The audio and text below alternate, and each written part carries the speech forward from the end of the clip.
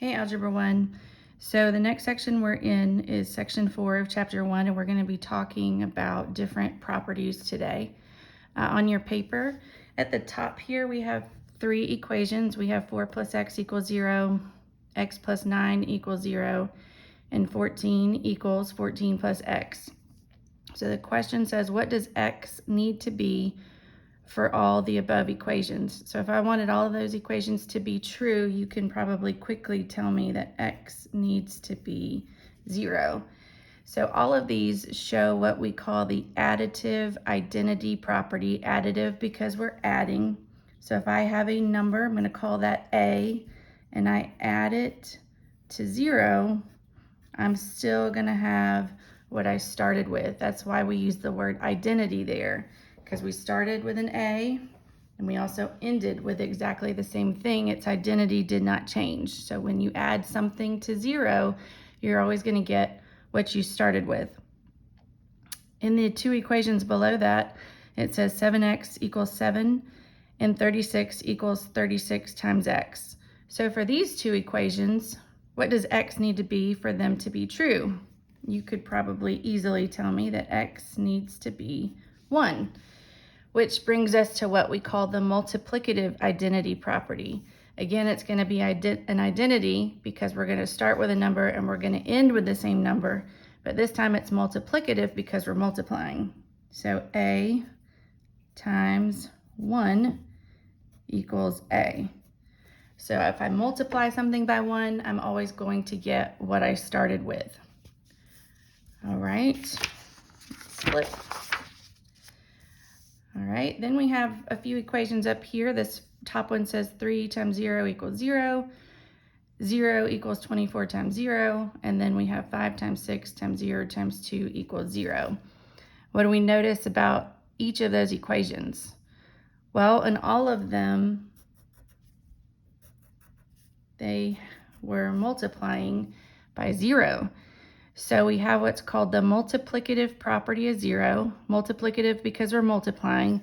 And this just says anytime you take some value, we're calling it a, and you multiply by 0, you're always going to end up with 0. So if you multiply by 0, your final answer is going to be 0. Doesn't matter what number you're multiplying it by. If you multiply by 0, you get 0. All right, then we have some properties of equality. The reflexive property. Reflexive, when you look in the mirror, you see your reflection. It's the same thing on both sides. Reflexive property says that I'm going to have the same thing on each side of the equation, exactly the same. So a equals a. How you might see that in an example would be something like if I had 1 plus 8 equals 1 plus 8. Same thing on both sides. Nothing has changed. Then we have the symmetric property. So this says if A equals B, then B equals A. You might remember symmetry from pre-algebra.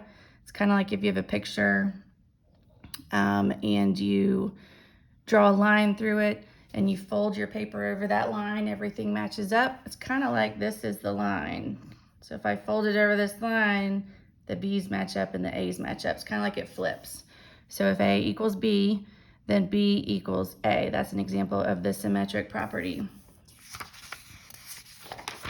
I have a couple more properties. The transitive property says if A equals B, and B equals C.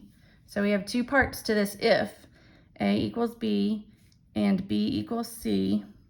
Then what we're allowed to do, because B shows up in the middle, it's kind of like we're going to cancel those out and go straight from A to C. So then A equals C.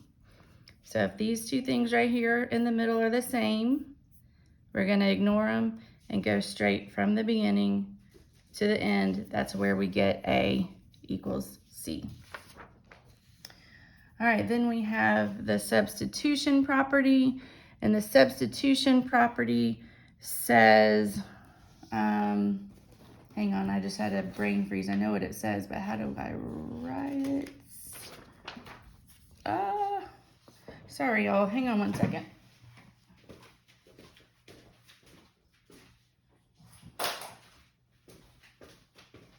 I know how to use it, but for some reason my brain is trying to remember exactly how it would have been written in your textbook. Remember, we don't have textbooks yet, so your teacher is attempting to wing it. Oh, okay. Sorry. If A equals B, then A may be replaced by B. If A equals B, then A may be replaced by B. We've actually used this already. We started it at the very beginning in the very first lesson where we had a problem like K plus 4, and in the directions it told us that K was 2. So since we know those two things equal each other, we took the 2 and we substituted it in for K so that we could come up with a final answer. That's a great example of the substitution property. So if you know what something equals, like a variable or something, you can take that out and put what it equals in its place. That's what substitution is all about. All right, so in these examples down here, all we're going to do is identify what property is being shown or illustrated. We're not adding, subtracting, multiplying, dividing. We're not simplifying anything. We're just going to look at what the math sentence is, and we're going to say what property is being shown. So I would encourage you guys, why don't y'all try 1 through 7, put this on pause, and then you can unpause it and we can go over those answers. So I'm going to give you a moment. Go ahead and pause it.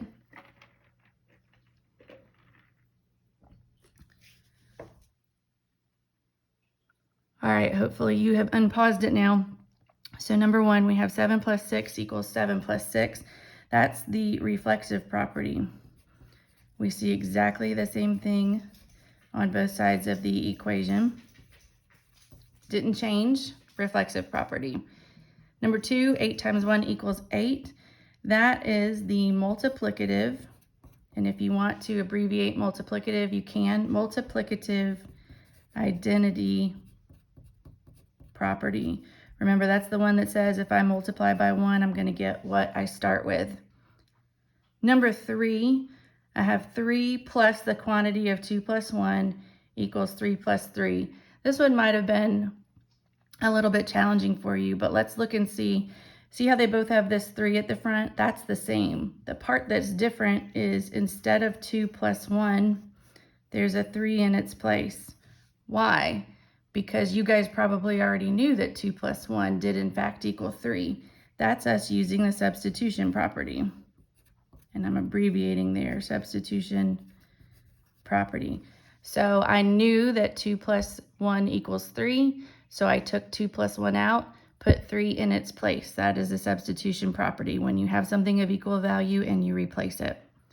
Number 4, we have 14 plus 0 equals 14. That's the additive, abbreviating again, additive identity property. Remember, that property says that if I add something to 0, I get what I started with.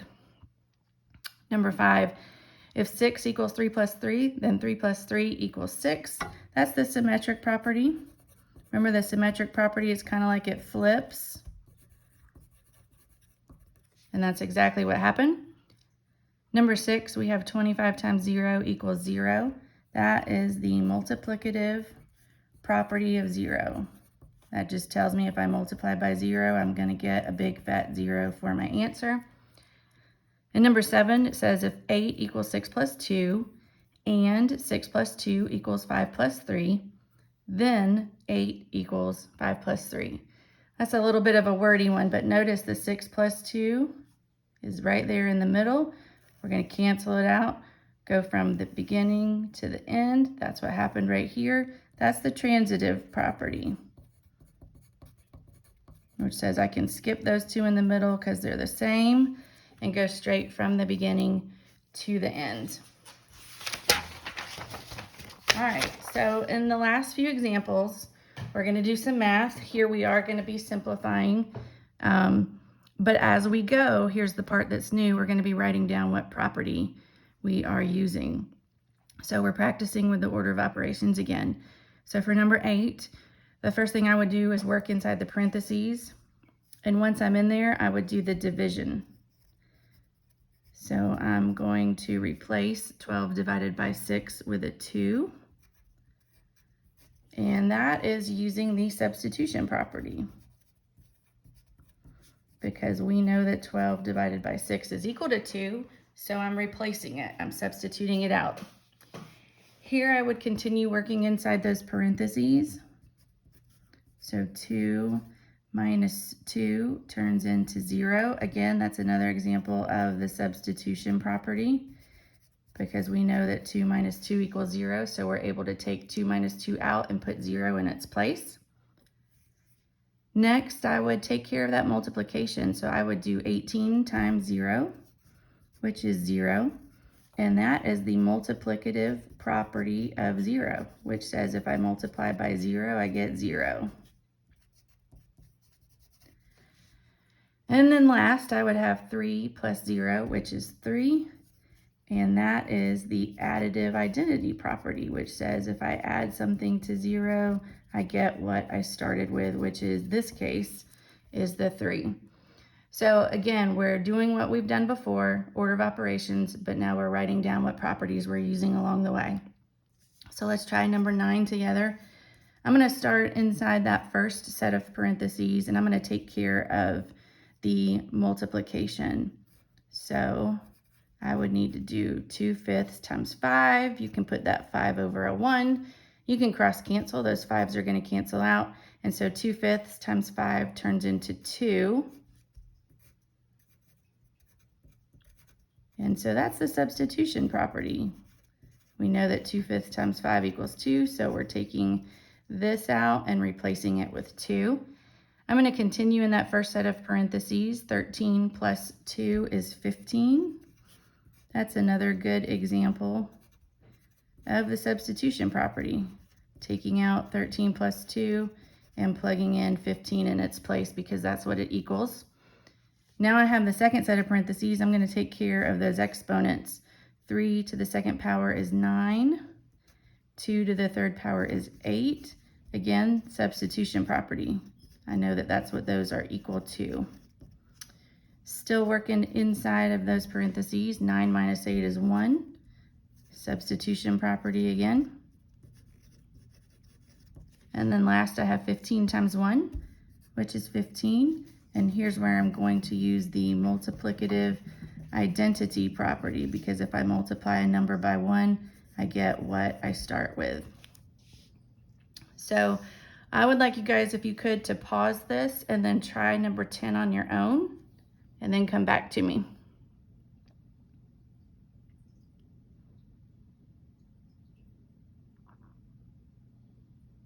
All right, hopefully you've paused and you've tried number 10. Now let's go over it together. I'm going to start inside those parentheses, and I'm going to be starting with the exponent.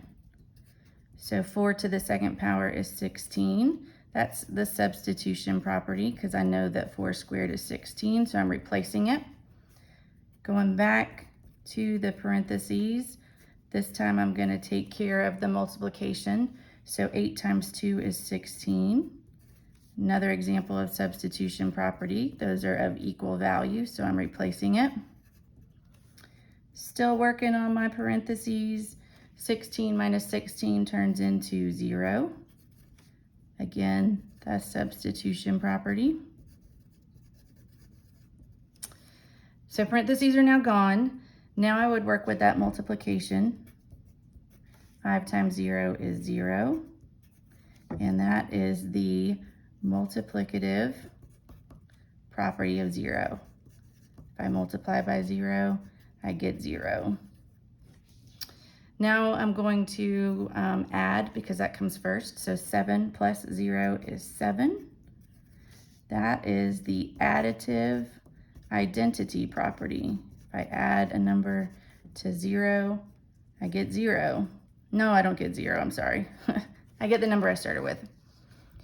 And then last, 7 minus 3 is 4 because of the substitution property. All right, so hopefully that's a good review of the order of operations, and now we've got properties, so we have names to go alongside that. So make sure that on the homework worksheet you're getting that you're doing that same idea where you're showing all your steps, your math steps, and along beside it, you're writing down those properties.